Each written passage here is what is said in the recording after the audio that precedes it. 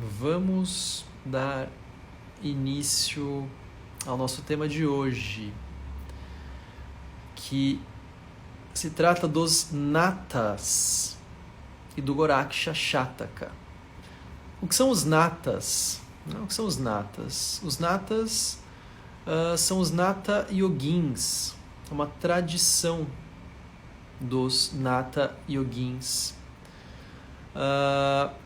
que é tida como uma tradição que funda o Hatha Yoga. Tá? Eu vou contar essas historinhas de quem são esses primeiros Nata Yogins e como surge o Hatha Yoga pela primeira vez. Deixa eu desativar aqui os comentários, que eu vou me distraindo com eles. Então eu queria fazer rapidamente uma retrospectiva do que a gente vinha falando. Então, se vocês se lembram, a gente vinha abordando os Yoga Sutras de Patanjali há um tempo atrás. Aí começou uma série de participações, né? Uma série de participações. O professor José Antônio, o Beto Profeta, o Stephen Little, né? A Elisa Cosassa e o Leandro Cabral.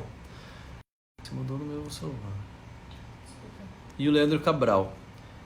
E com isso a gente deu uma interrompida nesse processo de estudo dos Yoga Sutras de Patanjali. Ele já tinha avançado pelo capítulo 1, capítulo 2, capítulo 3.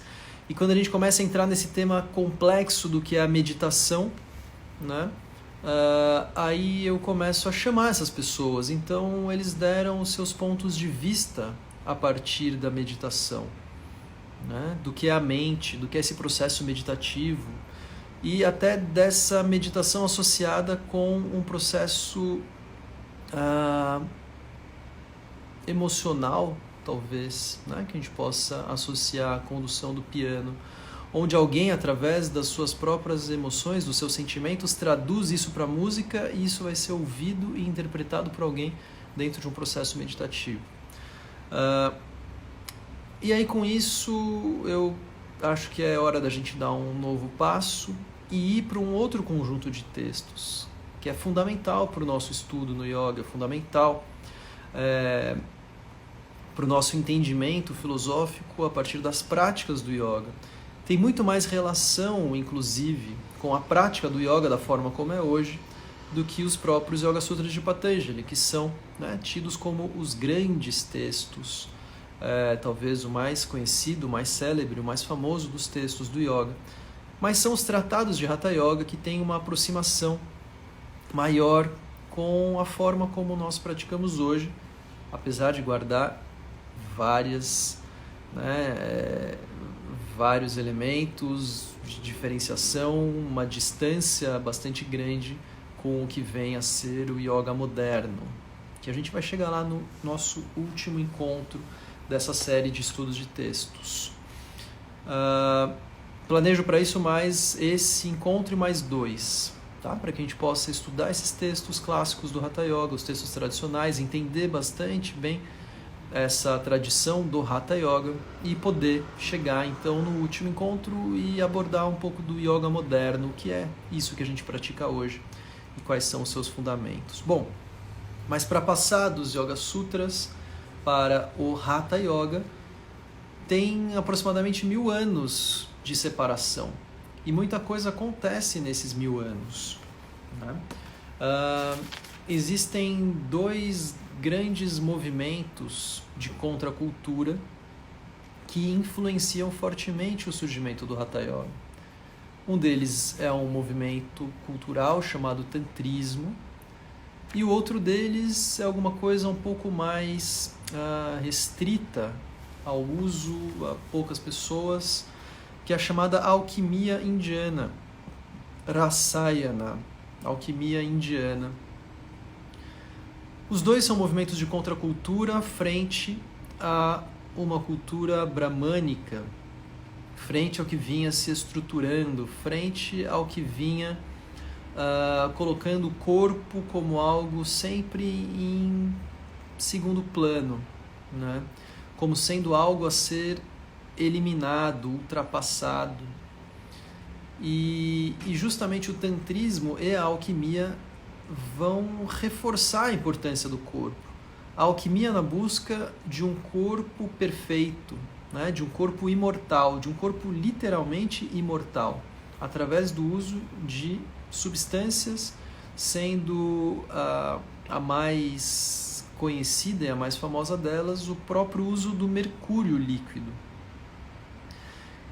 E o movimento tântrico, né, que vem como algo de contracultura nessa cultura bramânica, e que vem reforçar que é através do corpo, né, através do corpo, que a espiritualidade, né, ela vai ser acessada, onde não há uma separação nítida entre aquilo que é espiritual e aquilo que é material. Fazendo uso inclusive de coisas absolutamente negadas pela cultura da época, como o consumo de carne, o consumo de álcool e a realização de práticas sexuais dentro do contexto ritualístico. Tá? Isso era alguma coisa absolutamente chocante para a sociedade na época. Esses dois movimentos, o tantrismo e a alquimia, né, então de alguma forma vão dando bases para a elaboração daquilo que vai se chamar anatomia sutil, que é base para os textos de Hatha Yoga. Né? É onde vão se fundar os conceitos dos chakras, os conceitos dos nadis, do prana, dos vayus, de kundalini. Tudo isso vai ter uma base, uma origem, né, nesse estudo minucioso, sutil, do que vem a ser uma anatomia. Bom, de qualquer forma, o que é importante é que aparece uma revalorização do corpo, tanto pela alquimia como pelo tantrismo. Tá? Bom, e aí surge então figuras importantes que merecem ser retratadas, os natas. E são dois, né, as principais figuras que merecem destaque. Um deles é MatsyendraNata e o outro deles é Goraksha Nata. Goraksha, que vem a fundar a tradição do Hatha Yoga, mas Goraksha foi discípulo de Matsyendra. E existem lendas a respeito desses personagens, né? E essas lendas são várias e algumas delas são contraditórias, muitas delas são diferentes. Mas em torno de Matsyendra, Matsya significa peixe, né? Então Matsyendra está sempre relacionado com alguma coisa relacionada ao peixe. Ou ele é um pescador, ou, né, ele é engolido por um grande peixe, ou ele é um próprio peixe. Mas essas lendas, elas mais ou menos, né, elas falam, né, todas elas têm uma relação com Matsyendra aprendendo o yoga do próprio Shiva. Shiva como sendo o chamado Adinata. Adinata seria o nata primordial, né? O Shiva como sendo o mestre original de todos os segredos do yoga. E dizem então essas lendas, né, que Matsyendra, um pescador, ele em um determinado momento é engolido por um peixe. E através desse peixe, né, dentro desse peixe, ele se aproxima de uma ilha deserta onde Shiva estava ensinando os segredos do yoga à sua esposa Parvati. Parvati pediu para ser ensinada a respeito do yoga, quando ela questiona Shiva: Shiva, por que você é imortal e eu sou mortal? Né? Eu quero que você me ensine os segredos da imortalidade. E Shiva vai lá então e pega Parvati e fala: isso é um ensinamento secreto, eu preciso te levar para uma ilha afastada. Leva Parvati para essa ilha e lá ele começa a ensinar os segredos do yoga. E Matsyendra, dentro de um enorme peixe, né, perto dessa praia, dessa ilha deserta, escuta e aprende os segredos do yoga. Em um determinado momento, ele se apresenta a Shiva. Ele sai do peixe, se apresenta a Shiva dizendo: olha, eu ouvi os seus ensinamentos, eu aprendi os segredos do yoga. E Shiva então o nomeia Matsyendranath, né? Matsyendranath, aquele que vem do peixe, e o faz um grande mestre. Porém, Parvati fica furiosa, porque ela queria ter sozinha os ensinamentos que vinham de Shiva. E então ela o castiga, né? Ela o amaldiçoa, dizendo que Matsyendra iria perder, então, iria esquecer todos esses ensinamentos. Ele iria perder, em algum momento, todos esses ensinamentos que ele obteve ali, né? Dessa espreita do que Shiva ensinava a Parvati.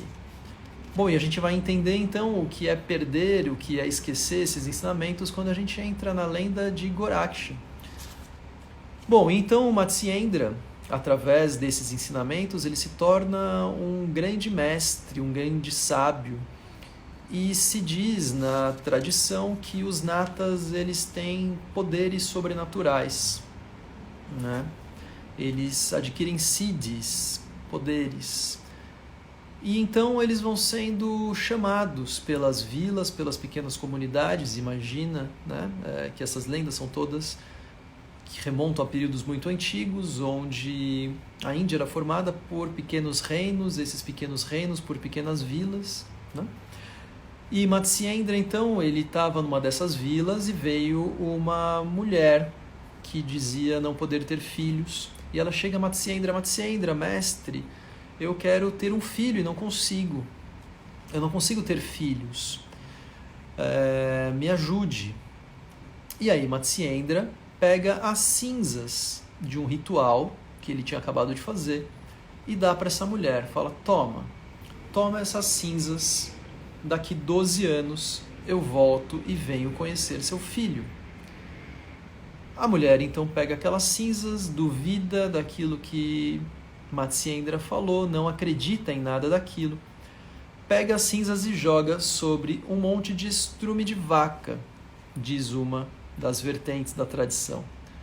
Outra lenda diz que ela joga numa fonte de água. Outra lenda diz que ela joga ao pé de uma árvore. Bom, que ela joga então num estrume de vaca.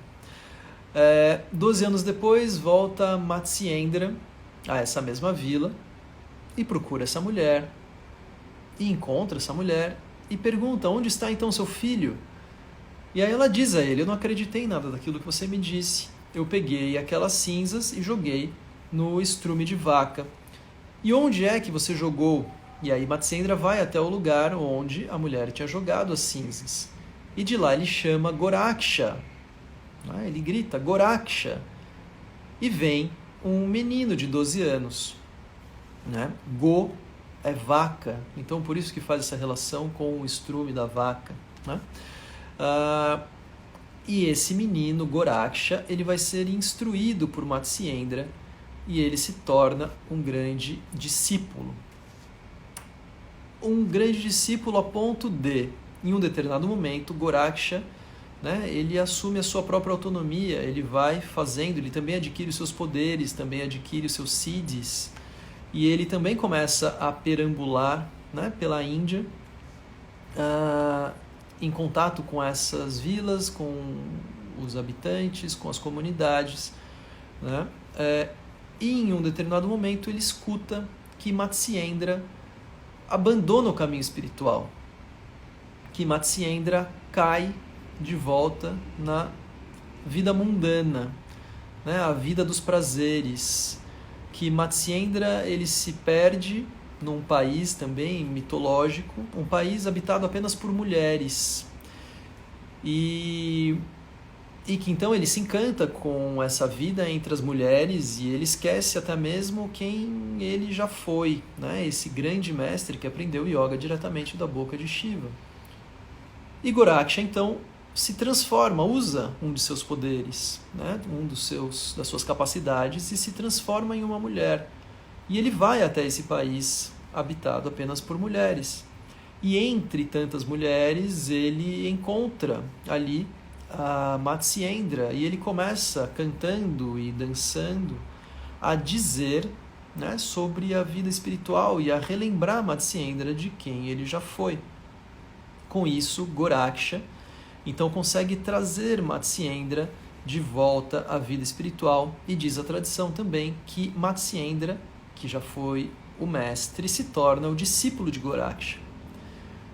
E é esse Goraksha que funda a tradição do Hatha Yoga, escreve o primeiro tratado do Hatha Yoga, chamado Goraksha Shataka. Então essa é a parte da historinha, a parte mitológica da coisa, né? E essas histórias normalmente elas surgem porque essas pessoas, possivelmente, que existiram, né, elas se tornaram tão importantes para a sua época que elas passam a serem associadas a figuras mitológicas, passam a serem associadas, né, a figuras encantadas, a histórias e lendas. Mas é muito provável que Matsyendra e Goraksha tenham de fato vivido, tenham sido personagens históricos, né? As datações na Índia sempre são muito falhas, e se diz que Matsyendra pode ter vivido de um período do século VII ao século XIV, né? Há referências a respeito disso.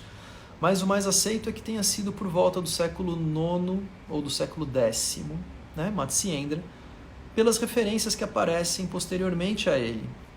Então, o Goraksha Shataka é um texto que é datado com uma certa precisão entre o século X e XI. E ele faz referência a Matsyendra. Então, atribui-se, né, por consequência, a existência de Matsyendra por volta do século IX ou século X.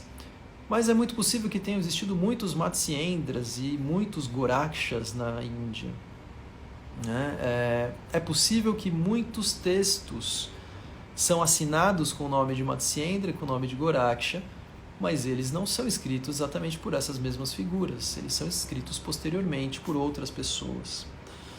Bom, então sabe-se, na verdade, muito pouco a respeito disso. Há alguns aspectos interessantes e importantes a respeito dessas figuras. E agora falando mais das figuras históricas, né, de fato, do que das figuras mitológicas. Se diz que Matsyendra era um discípulo de Shakti. Então ele era um Shakta. Ele seguia uma tradição Shakta, discípulo de Shakti, que vinha de uma tradição do tantrismo chamada de tantrismo da mão esquerda, uma tradição que era adepta de práticas sexuais, né? E se diz que Goraksha, em um determinado momento, ele aprende, né, da tradição Shakta com Matsyendra, mas ele se torna um adepto de Shiva, ele se torna um Shaiva, que está mais relacionado ao que se chama tantrismo da mão direita, que não está relacionado com atividades sexuais, mas tem uma relação maior com atividades de práticas devocionais, e que está muito relacionada com a observação de um certo tipo de som chamado nada, né? Um som primordial, um som sem elementos, chamado nada, que é um grande instrumento para a prática de meditação. Essa mudança, né, essa forma de aprender com Matsyendra, o que vem dessa tradição Shakta, tantrismo da mão esquerda, relacionado com práticas sexuais, e transformar isso numa certa forma de internalização do ritual, é algo que está nas origens do Hatha Yoga, né? Todas aquelas atividades, aqueles rituais tântricos, o uso de elementos externos, o uso dessa dualidade homem-mulher, de fato, né? Como sendo homem e mulher, o uso da carne, do álcool, de substâncias psicotrópicas como parte dos rituais, isso tudo se torna alguma coisa do campo simbólico e metafórico e se torna uma prática de interiorização. Quer dizer, tudo aquilo que era externo, né, se torna alguma coisa interna. Os rituais tântricos, eles são internalizados e são executados dentro do corpo do praticante, dentro do corpo do yogin. E aí começam a surgir simbologias. Então aquilo que era o homem e a mulher dos rituais tântricos passam a ser o masculino e o feminino, passam a ser o sol e a lua, né? Surya, Chandra, o Ra e o Ta, simbolizando esse masculino e feminino, né? Todo esse consumo de substâncias passa a ser alguma coisa que é buscada internamente, observando as próprias secreções do corpo humano, né? Fazendo a inversão. Então, essas práticas sexuais, elas são invertidas ao extremo de se preservar, né, o bindo, que em alguns textos é atribuído também a sêmen, né? Então essas práticas elas se tornam internalizadas. Mas Goraksha não cria nada de novo. Goraksha não ele não cria, ele não inaugura, né, essas técnicas diretamente, mas ele busca práticas que já existiam, né? Então ele compila, ele agrega, ele sistematiza de certa forma práticas que também já existiam em outras tradições, e aí ele coloca tudo isso dentro de um sistema que é o seu tratado Goraksha Shataka, que é a fundação, né, daquilo que há de mais primordial, daquilo que há de mais próprio, é a reunião daquilo que existe de mais próprio, né, do Hatha Yoga, aquilo que há de mais característico do Hatha Yoga. O objetivo dos natas, né, dos Nata Yogins, é o que se chama Jivan Mukti, ou a libertação em vida, através de um corpo espiritual, de um corpo divino, de um corpo indestrutível, né, através dessa busca pela imortalidade, onde essa busca pela imortalidade, em alguns momentos, ela parece ser alguma coisa de um campo metafórico, onde essa imortalidade ela pode ser observada por um processo de comunhão com a divindade tão grande que esse corpo, ele, em algum momento, ele deixa de fazer sentido, né? Então a morte corporal é alguma coisa que deixa de fazer sentido porque há uma identificação completa com o aspecto divino, né? Mas, por outros lados, essa imortalidade ela passa também por elementos muito concretos de um corpo literalmente imortal, de um corpo perfeito, de um corpo purificado a ponto de ser imortal. Dizem também, continuando um pouco com a questão das lendas, né, que nesse momento que Matsyendra estava lá perdido naquele país dominado pelas mulheres, Yama, o deus da morte, estava ali por perto, sentado em seu trono, aguardando, né, o momento em que Matsyendra iria sucumbir. Matsyendra, um nata. Goraksha chega, então, nesse local, chega perto de Yama, o deus da morte, e Yama se levanta e presta reverência a Goraksha. Goraksha diz: você não pode fazer isso. Os natas estão livres da morte. Você não pode se apropriar de um nata, né? Os natas, eles vão se forjando nas práticas de forma que eles se tornam imortais, livres das amarras de Yama, o deus da morte. E aí ele ameaça Yama, dizendo que se você não libertar, então Matsyendra, eu vou até Brahma e vou falar das suas intenções, de que você está querendo aprisionar um nata. Os natas estão livres do seu domínio, ó Yama. Então, muitas vezes, né, a associação com a alquimia, né, com essa alquimia indiana, dá essa ideia de que há uma busca literal por um corpo, né, imortal. Inclusive algumas pessoas afirmam, e pessoas afirmam isso, né, não que seja alguma coisa muito aceita, mas algumas pessoas afirmam isso a partir de pesquisas dizendo que Matsyendra viveu 400 anos. Né? Não que isso seja uma teoria muito aceita, tá? Mas há pessoas que vão nessa linha. Bom, e então Goraksha funda esse tratado, esse primeiro texto do Hatha Yoga, o chamado Goraksha Shataka. É um tratado pequeno, ele é curto, ele tem 100 versos, não é algo longo, não é grande, né? Não é um grande tratado, mas ele é muito sucinto e ele traz uma reunião de práticas, ele reúne práticas e conceitos que já existiam, né? Que são derivados, como eu falei, do tantrismo e da alquimia, e eles se fundamentam em uma anatomia sutil, né? Anatomia sutil, que é essa, baseada no conceito dos nadis, do prana, dos chakras, dos vaios, de kundalini. É um tratado que fala de asana, pranayama, né? Essa linguagem que a gente já conhece desde Patanjali. Asana, pranayama, pratyahara, dharana, dhyana e samadhi, mas de uma forma muito diferente do que Patanjali coloca. De uma forma muito diferente.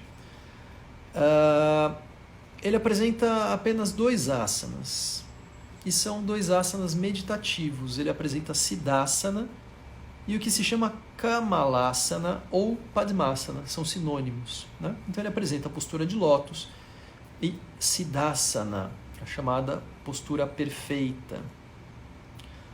Fala sobre os pranayamas como uma forma de controlar o prana, né? E dizendo que o prana tem uma relação muito íntima, muito próxima com a atividade mental. E ele apresenta 2 pranayamas. Um pranayama chamado Chandragabhyasa, onde se inspira pela narina esquerda e solta pela direita, e Suryangabhyasa, que inspira pela direita e solta pela esquerda. A gente já vai fazê-los daqui a pouco na nossa prática de meditação. Apresenta a Pratyahara de uma forma completamente distinta do que Patanjali fala, né? Onde ele vai dizer que essa relação com os sentidos era obtida através de uma descrição toda detalhada do que vem a ser Viparita Karani Mudra, através de um mudra, onde se coloca de ponta cabeça, né, ou com os pés elevados, é praticamente equivalente a uma postura da vela ou uma meia vela, né? Assim é descrito o Viparita Karani, mas como sendo uma forma de inverter, né, fluxos internos, e isso levaria à restrição dos sentidos.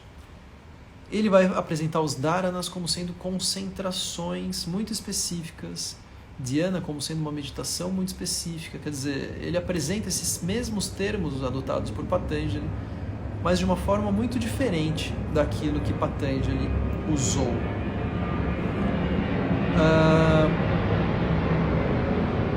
Ele começa seu texto dizendo: farei uma exposição do Goraksha Shataka para liberar o homem das amarras da vida mundana, né?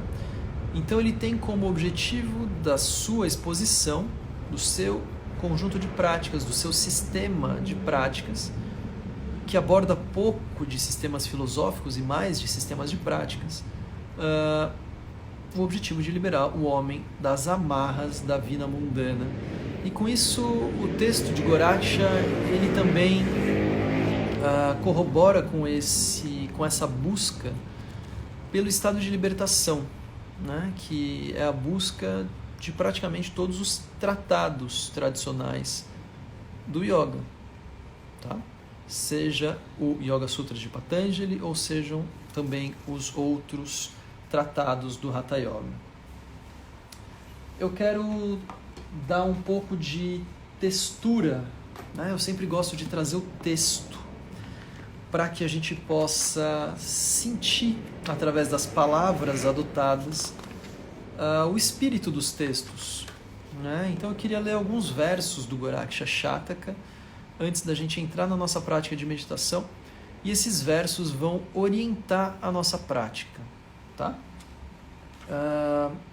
Eu vou começar pelo verso 10, onde ele começa a partir daqui. Né? Esse verso vem logo depois da apresentação de Padmasana. Então ele acabou de falar dos asanas, dizendo que existem 84 asanas enumerados por Shiva.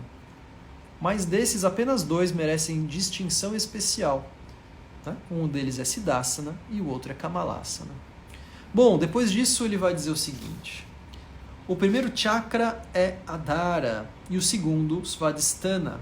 Entre os dois está Yonistana, denominado Kama Rupa.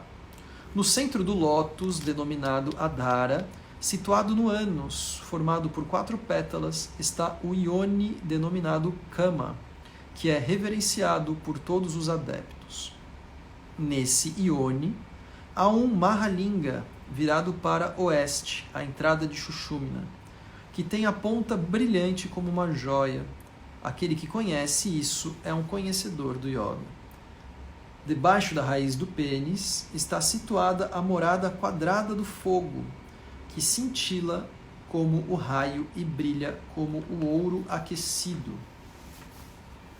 A palavra Sva significa prana e Svadhisthana é seu lugar. Assim, pelo termo Svadhisthana, apenas se indica Medra.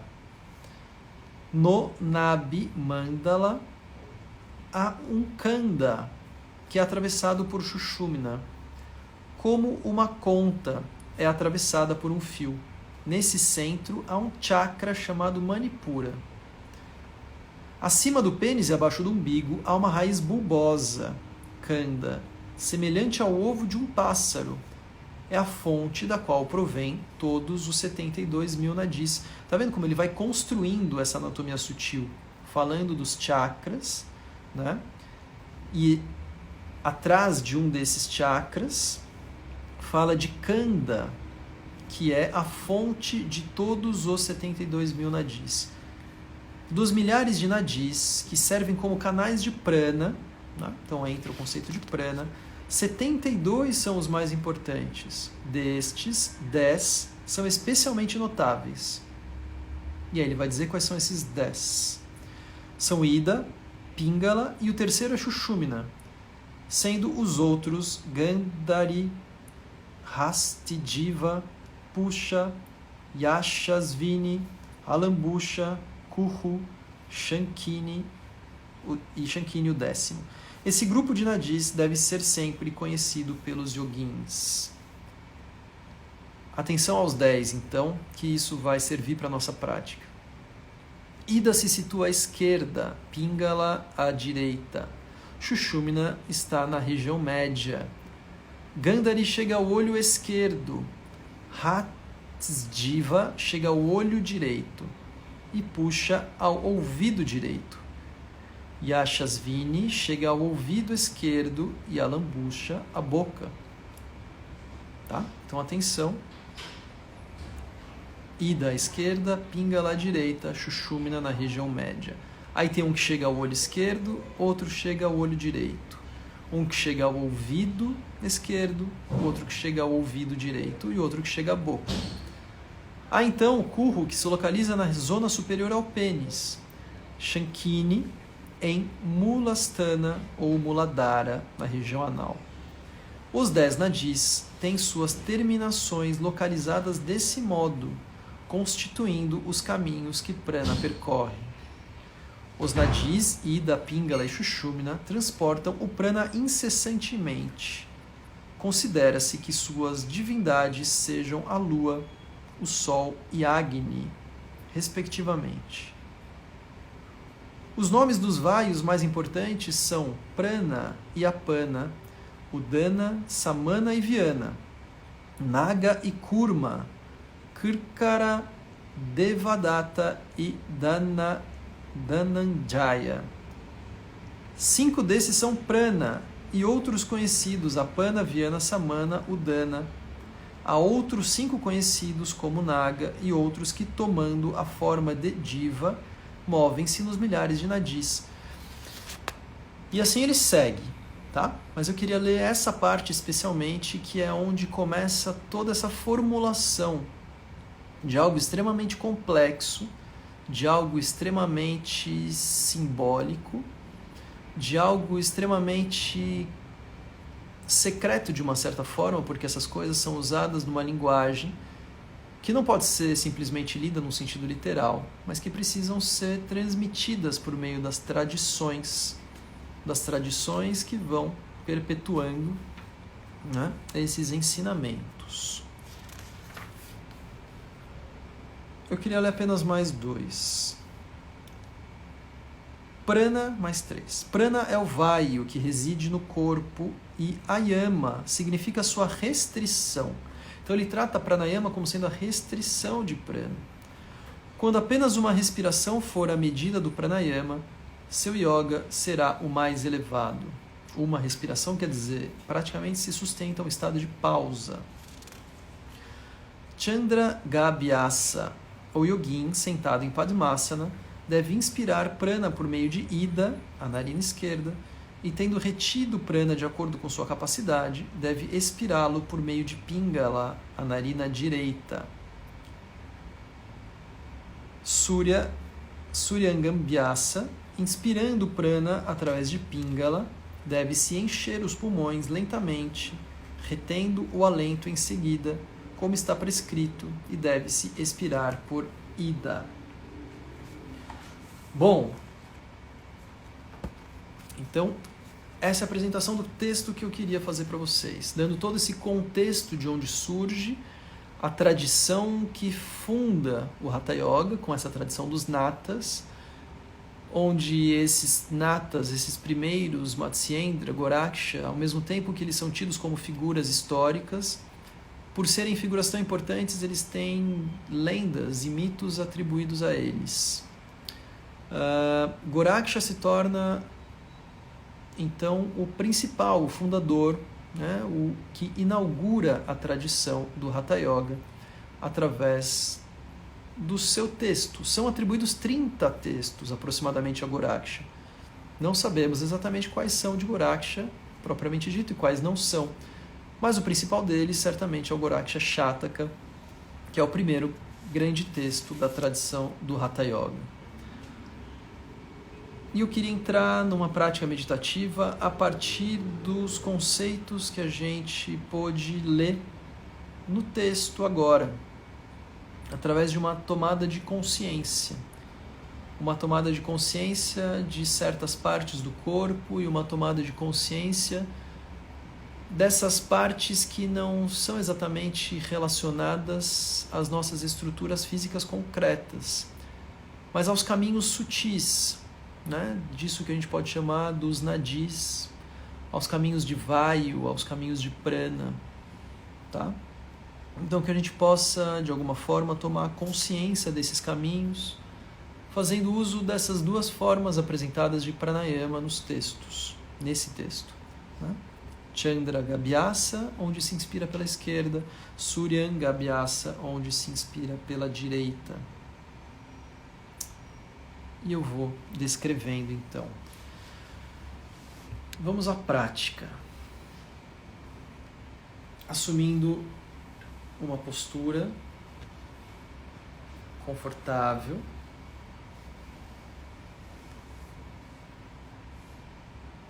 E você vai, se possível, fechando os olhos.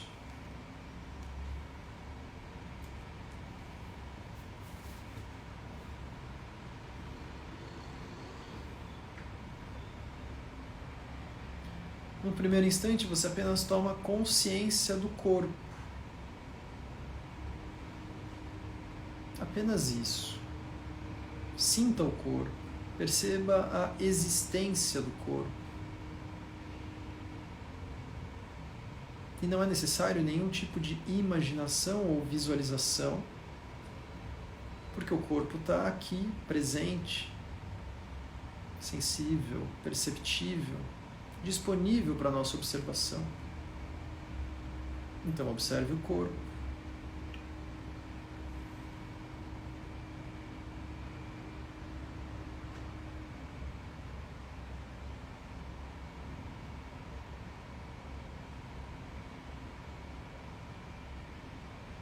Tome consciência da região da cabeça,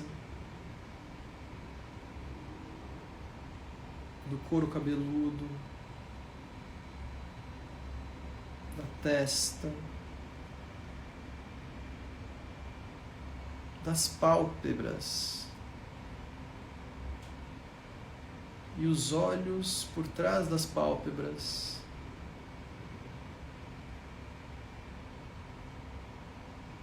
Observe essa tendência de movimentos involuntários dos olhos. E procure relaxar os olhos.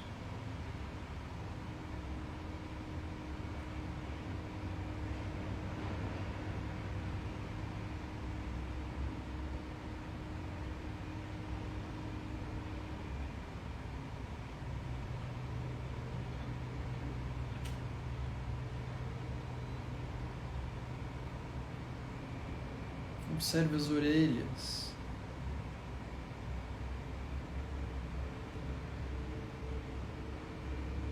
E o canal auditivo.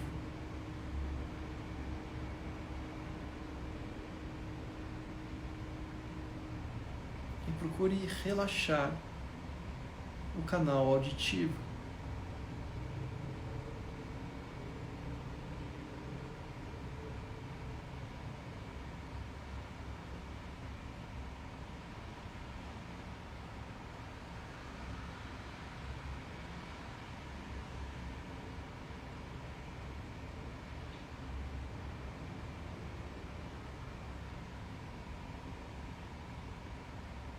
Tome consciência desse espaço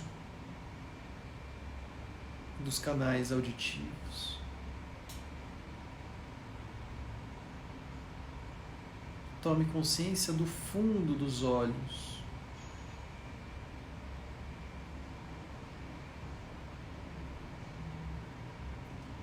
E tome consciência então das narinas, sentindo o toque, a passagem do ar. Narina esquerda, narina direita. Relaxa as narinas, relaxa o fundo das narinas.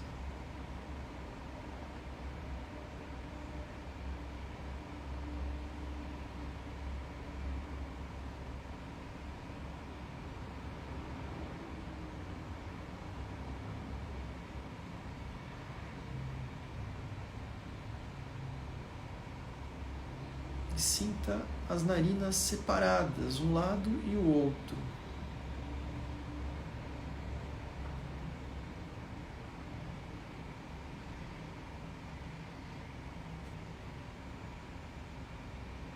Sinta esse espaço que vai do fundo das narinas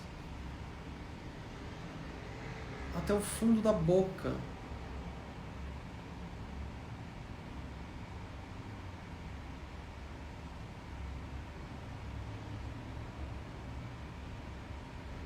Relaxa esse espaço, relaxa a boca, relaxa a língua. Relaxe a região da garganta.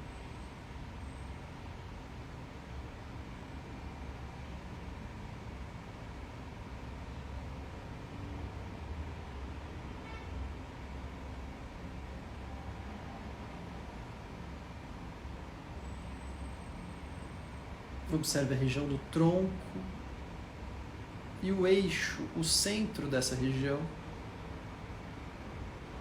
que corresponde aproximadamente ao eixo da coluna.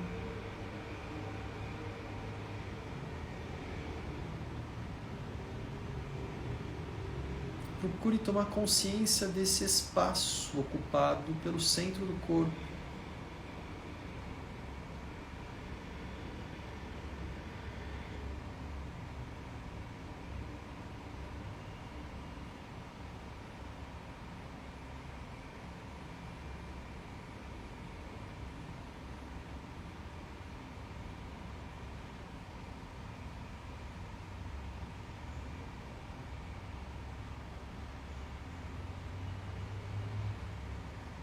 Observe a região genital.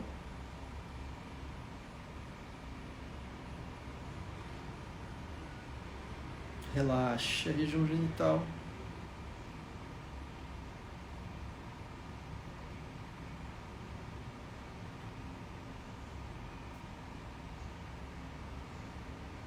Observe a região anal e relaxe a região anal.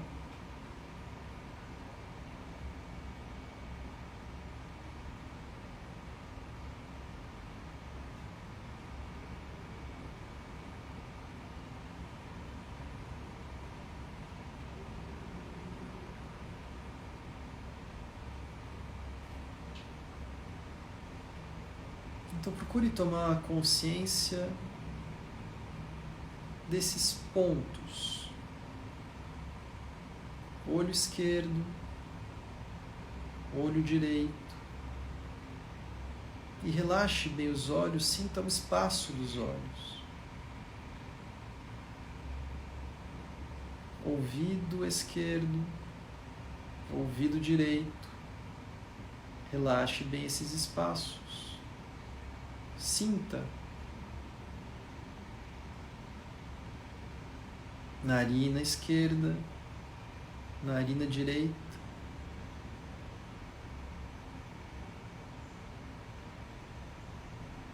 Relaxe as narinas, sinta esse espaço que pode, nesse caso, ser sentido pela passagem do ar.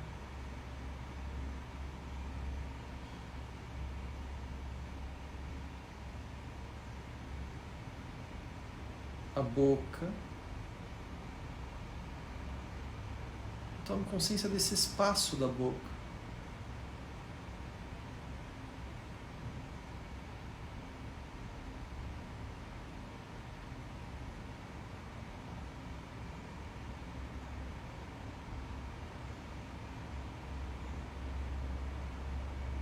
Perceba se há uma relação entre esses pontos.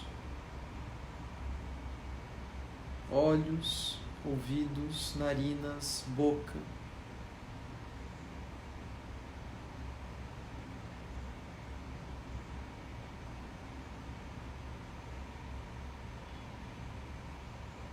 Esse eixo central que percorre todo o tronco até a base.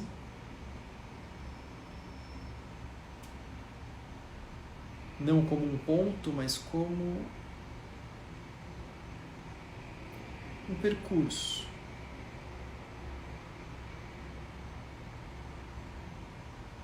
Então você toma consciência da região genital, da região anal. Enquanto você respira,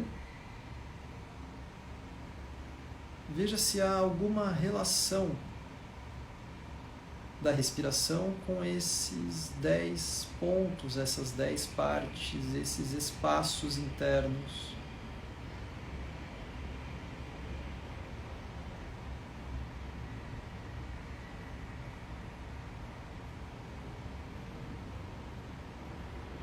Se há alguma relação da respiração com os olhos, os ouvidos. Se há micromovimentos, alterações de pressão, se alguma coisa pode ser sentida nessas regiões quando você respira.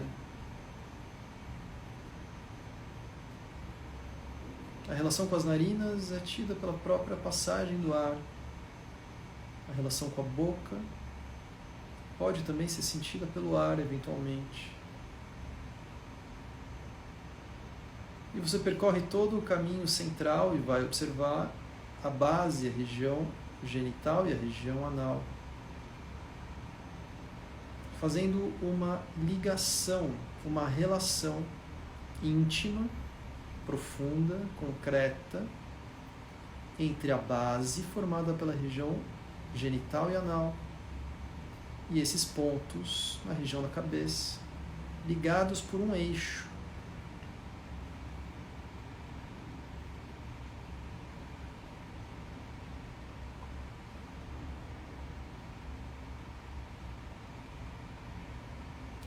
Por algumas respirações, passe a inspirar pela narina esquerda e soltar o ar pela narina direita. As respirações passam a ser mais profundas a cada vez. Inspirações bastante profundas, expirações bastante lentas. Você inspira pela esquerda, solta pela direita. No momento da inspiração, procure observar uma relação com o lado esquerdo do corpo, nesses pontos. Narina esquerda, ouvido esquerdo, olho esquerdo. Apenas na inspiração e depois você solta o ar devagar.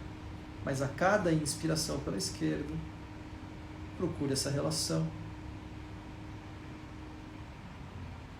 Não é algo imaginado, mas veja se pode ser sentido.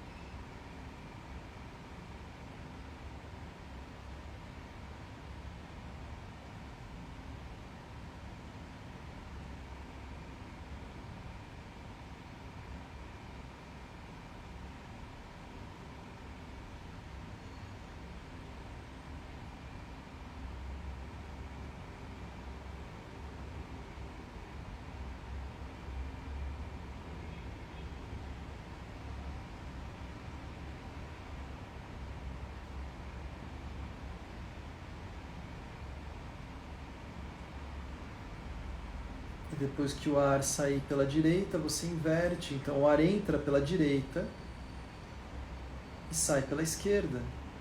E passa a ser assim. Sempre entra pela direita e sempre sai pela esquerda. E aí você busca a relação da inspiração com o lado direito, narina, ouvido, olho do lado direito.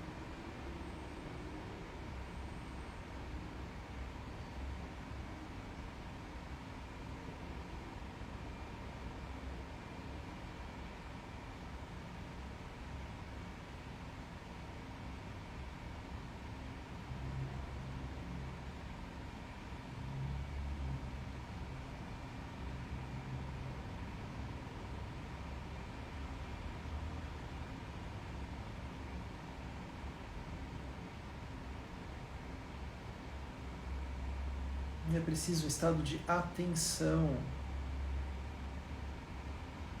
Atenção àquilo que é sutil, àquilo que é pequeno.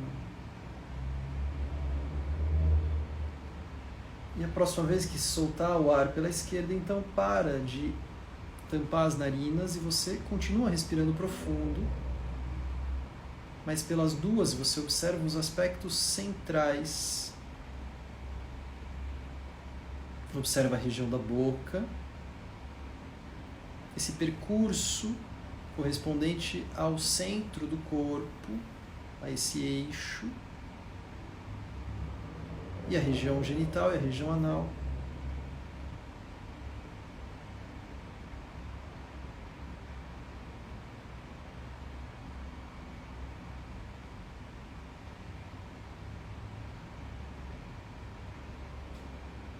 Até que você busca englobar todos esses 10 pontos,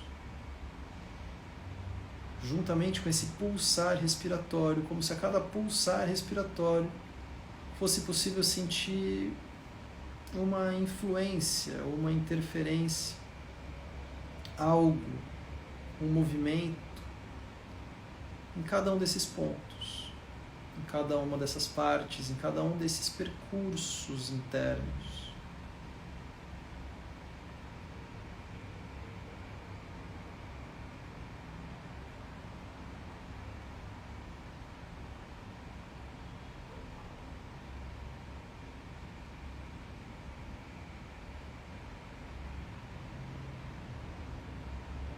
Quando você soltar o ar da próxima vez, você para de interferir na respiração.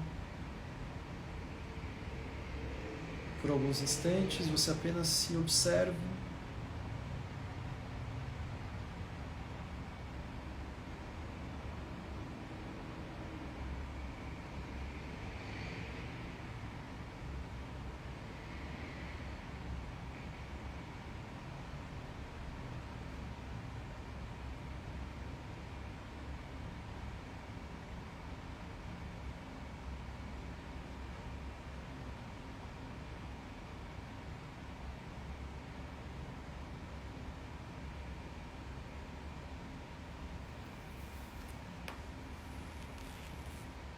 Toma uma respiração mais profunda. Pouco a pouco você vai colocando movimentos no corpo. Infelizmente, nosso tempo é curto. Uma meditação que mereceria mais tempo de aprofundamento. Talvez em algum outro momento a gente possa fazer isso. E depois me contem como foi essa experiência. Agradeço, como sempre, a participação de todos vocês. A gente vai seguir na próxima semana com o estudo dos textos clássicos do Hatha Yoga.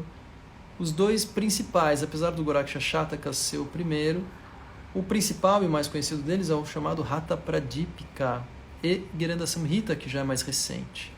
Então a gente vai falar um pouco sobre esses textos. Tá? São textos muito importantes, textos fundamentais. E é isso.